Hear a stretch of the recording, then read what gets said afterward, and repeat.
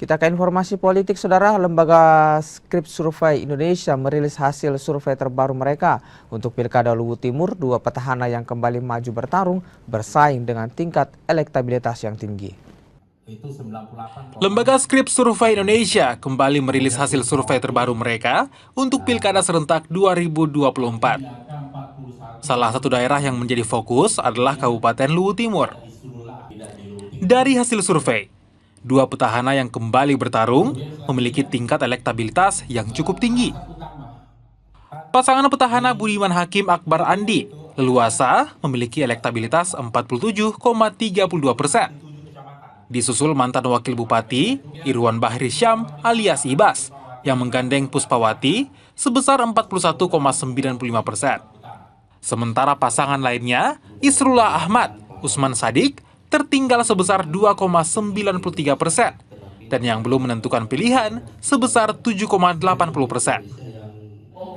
Kenapa berbeda-beda hasilnya? Karena itu berdasarkan sampling yang memilih. Baik dari perempuan, kan di sini ada misalnya di grassroots. Coba kita lihat. Di sini ada base-nya. Base-nya itu base pemilih grassroots di Luwu Timur itu ada di angka 59,76. Skrip Survei Indonesia dilakukan pada 410 orang dengan berbagai latar belakang. Toleransi kesalahan survei kurang lebih 4,8%. Nila Rustam, Kompas TV, Makassar, Sulawesi Selatan. Ditlantas Polda Sulawesi Selatan meraih Presisi Award di ajang Presisi Award 2024. Direktorat Lalu Lintas Polda Sulawesi Selatan berhasil menyabet Presisi Award 2024 yang digelar oleh Lembaga Kajian Strategis Kepolisian Indonesia.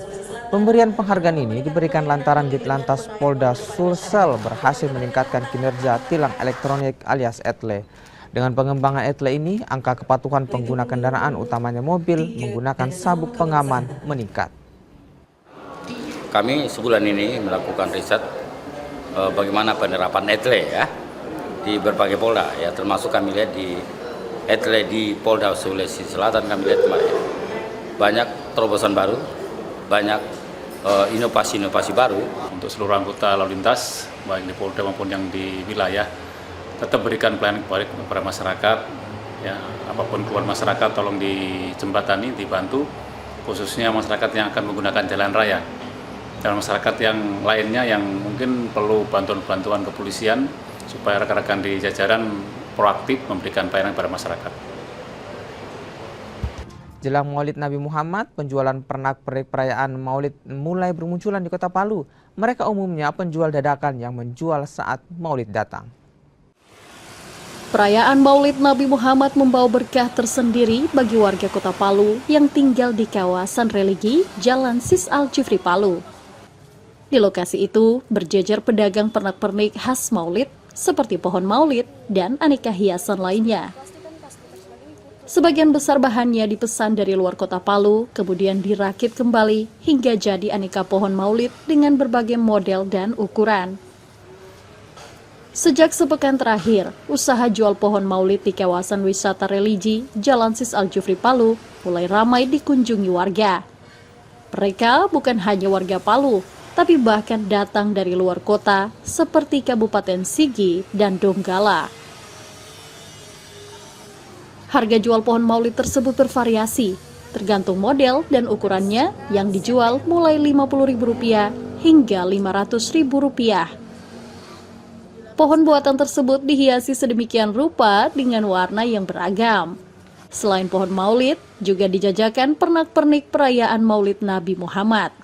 Ini kertasnya dari Bali ya Pak, baru kita buat di sini. Terus harga jualnya itu dari berapa sampai berapa? Dari 50-an sampai 500-an. Itu tergantung ukuran atau tergantung apa? Ya, tergantung ukurannya sih, dari yang kecil sampai yang besar. Kalau yang besar seperti ini? Dia ini 425. Penjualan pohon maulid dan pernak-pernik tersebut diperkirakan masih meningkat hingga menjelang puncak perayaan Maulid Nabi Muhammad SAW 16 September mendatang.